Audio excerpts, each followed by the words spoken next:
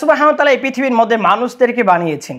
এই মানুষকে বানিয়ে আল্লাহ সুবহানাহু ওয়া তাআলা একটা ঘোষণা দিলেন, মানুষ তোমাকে আমি আল্লাহ আশরাফুল মাখলুকাত তথা সৃষ্টির সেরা হিসেবে আমি আল্লাহ সুবহানাহু ওয়া তাআলা ঘোষণা দিলাম।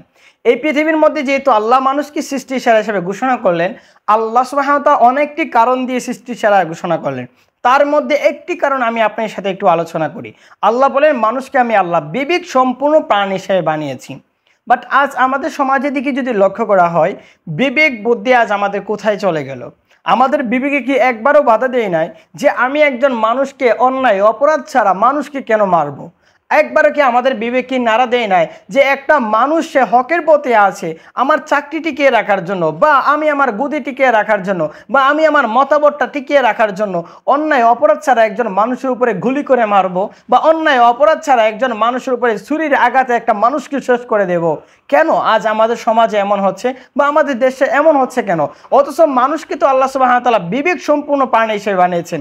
আজ আমাদের বিবেককে একবারও নাড়া দেয় না সেও তো আমার মতন একজন ভাই, সেও তো আমার মতন একজন মানুষ, সে তো আমার মতন একজন কোনো মায়ের একটা সন্তান, সে তো আমার কোনো মায়ের একজন বাবা। এমন গুণাবলী আজ আমাদের ভিতরে নাই কেন? এই বিবেক আল্লাহ সুবহানাহু ওয়া তাআলা দিয়েছেন, দেওয়ার পরে আজ আমাদের বিবেক এমন হয়েছে কেন? আজ বিবেক থাকার পরও আজ আমরা বিবেক এমন হলো কেন যে বিবেক আমাকে অন্যায় অপরাধ চিনাতে পারে না? অথচ আল্লাহ সুবহানাহু ওয়া তাআলা কোরআন কারীমের ভিতরে স্পষ্ট ভাষায় আল্লাহ সুবহানাহু ওয়া তাআলা বলছেন, আল্লাযী আল্লামা বিল কলম আল্লামাল ইনসানা মা লাম ইয়ালাম। ও মানুষ শুনো, আমি আল্লাহ সুবহানাহু ওয়া তাআলা তোমাদেরকে কলমের সাহায্যে অনেক ধরনের জ্ঞান আমি আল্লাহ সুবহানাহু ওয়া তাআলা দিয়েছি। বাট তোমাদেরকে জ্ঞান দেওয়ার পরেও আমি আল্লাহ সুবহানাহু ওয়া তাআলা বলছি তোমরা তা আগে জানতা না, এমন জ্ঞান আমি আল্লাহ সুবহানাহু ওয়া তাআলা তোমাদেরকে দিয়েছি। আমাদেরকে কলমের সাহায্যে জ্ঞান দিলেন। জ্ঞান বলতে কি? আল্লাহ সুবহানাহু ওয়া তাআলা কোরআনের জ্ঞান দিয়েছেন। আল্লাহ সুবহানাহু ওয়া তাআলা বলেছেন, ওয়ালা তাকতুলুন নাফসাল্লাতী হারামাল্লাহু ইল্লা বিল হক। অন্যায় অপরাধ ছাড়া কোনো মানুষকে হত্যা করো না। আজ আমাদের যে শিক্ষা আমরা অবলম্বন করছি, যে শিক্ষা আমরা অনুকরণ করছি, আজ আমরা শিক্ষা অনুসরণ করছি না, অনুকরণ করছি না। আজ আমরা জাহেলি যুগের মধ্যে আমরা এখন লিপ্ত হয়েছি। ও মানুষ, তোমার কি একবারও কি বোধ হয় না যে সেও তো আমার মতন একজন মানুষ? আইএমএ জাহেলিয়াতের যুগের মানুষগুলো তারা একে অপরের সাথে মারামারি কাটাকাটি লিপ্ত থাকতেন। আইএমএ জাহেলিয়াতের যুগের ভিতরে একটা নারী সেফ থাকতো না। আজ আমাদের কেই হয়েছে? আজ আমাদের কি অবস্থা হয়েছে? এই অবস্থা আমাদের কেন হলো? আজ আমরা আমাদের বোনদের সাথে আমরা জুলুম অত্যাচার করি। আজ আমরা আমাদের ভাই বোনদের সাথে জুলুম অত্যাচার করি। আজ আমার বোনরা ন্যায্য পাওনার জন্য আন্দোলন করে তাদের উপরে আমরা লাঠিচার্জ করি। আজ আমরা আমাদের বোনদের গলার ভিতরে আমরা ধরে রাখি।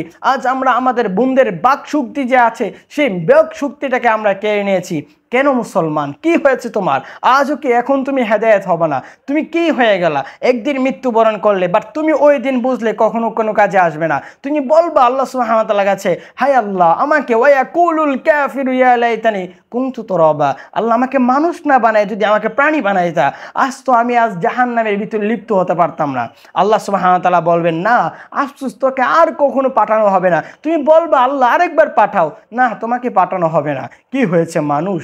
আফসোস, তুমি কি এখনো ফিরে আসবে না? তুমি কি জানো না একজন মানুষ আন্দোলন গিয়েছে, একটা মানুষ হকের কথা বলতে গিয়েছে, একটা মানুষ অন্যায়ের বিরুদ্ধে কথা বলতে গিয়েছে।